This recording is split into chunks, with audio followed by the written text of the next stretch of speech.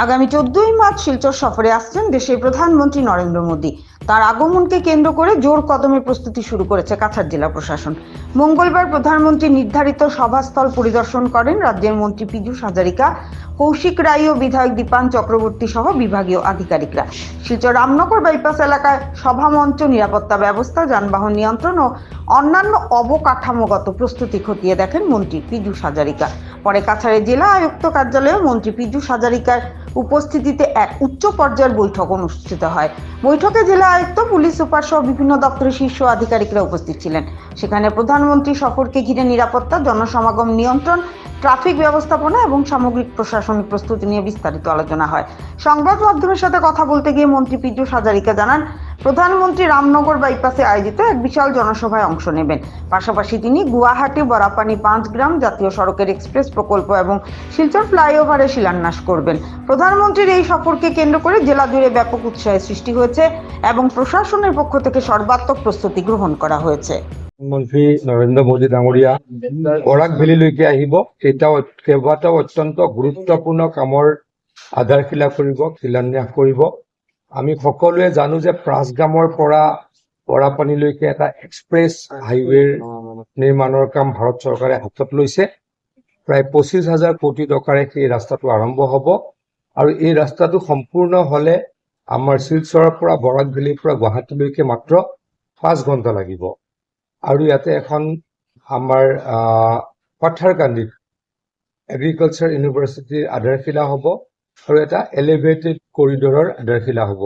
মুঠৰ ওপৰত কেইবাটাও গুৰুত্বপূৰ্ণ কাম লৈ প্ৰধানমন্ত্ৰী ডাঙৰীয়া আহিব। প্ৰধানমন্ত্ৰী ডাঙৰীয়াৰ বৰাক ভেলীৰ প্ৰতি এয়া উপহাৰ। সেই বৰাক ভেলীৰ মিটিংখনৰ কাৰণে, প্ৰধানমন্ত্ৰী ডাঙৰীয়াৰ মিটিংখনৰ প্ৰিপেৰেশ্যনৰ কাৰণে আজি আমি আহিলোঁ। মাননীয় মুখ্যমন্ত্ৰী ডাঙৰীয়াৰ নিৰ্দেশত মিটিংখনৰ পৰ্যালোচনা কৰিলোঁ। কেনেকৈ কিমান মানুহ হ'ব, ক'ৰ পৰা আহিব, এই বিষয়ে আলোচনা কৰিলোঁ। মই ভাবোঁ যে 1 লাখৰ পৰা 1.5 লাখৰ ভিতৰত হ'ব। বহুত মানুহ নিশ্চয়কৈ আহিব। প্ৰধানমন্ত্ৰী ডাঙৰীয়া বৰাক ভেলীত অত্যন্ত জনপ্ৰিয়।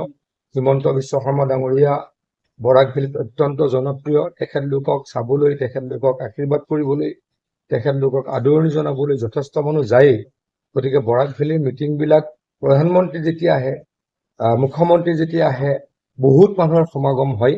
গতিকে মই ভাবোঁ এইবাৰো তাৰ ব্যতিক্ৰম নহ'ব, বহুত মানুহ আহিব। আগৰ নিচিনা হৈ থকা নাই। আপোনালোকে দেখিছেই যে অসমত এতিয়া মথাউৰি নথকা জেগা অলমষ্ট নাইকিয়া হৈ গ'ল।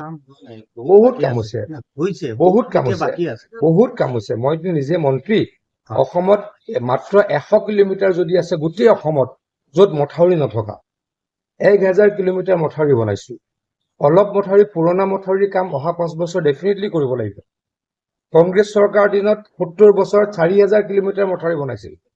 মানে 1 কিলোমিটাৰ মথাউৰি বনাওঁতে, 1000 কিলোমিটাৰ মথাউৰি বনাওঁতে 17 বছৰ 18 বছৰ লাগিছিল।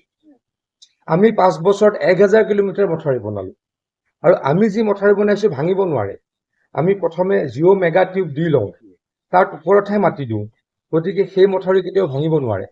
আগতে মথাউৰি যেতিয়া ভাঙিছিল, তাক সেই মথাউৰি ব্ৰিজ ফিল আপ কৰোঁতে 1 বছৰ লাগিছিল। এতিয়া যদি ক'ৰবাত মথাউৰি ভাঙে, যোৱাবাৰো 2-এটা মথাউৰি, তাৰ আগৰবাৰ 3-4টা মথাউৰি বৰাক ভেলীত ভাঙিছে, আমি 2 দিনৰ দিনাৰ পৰা কাম আৰম্ভ কৰোঁ। 2 দিনৰ দিনাৰ পৰা কাম আৰম্ভ কৰোঁ। গতিকে আগতকৈ বহুত চেঞ্জ হৈছে।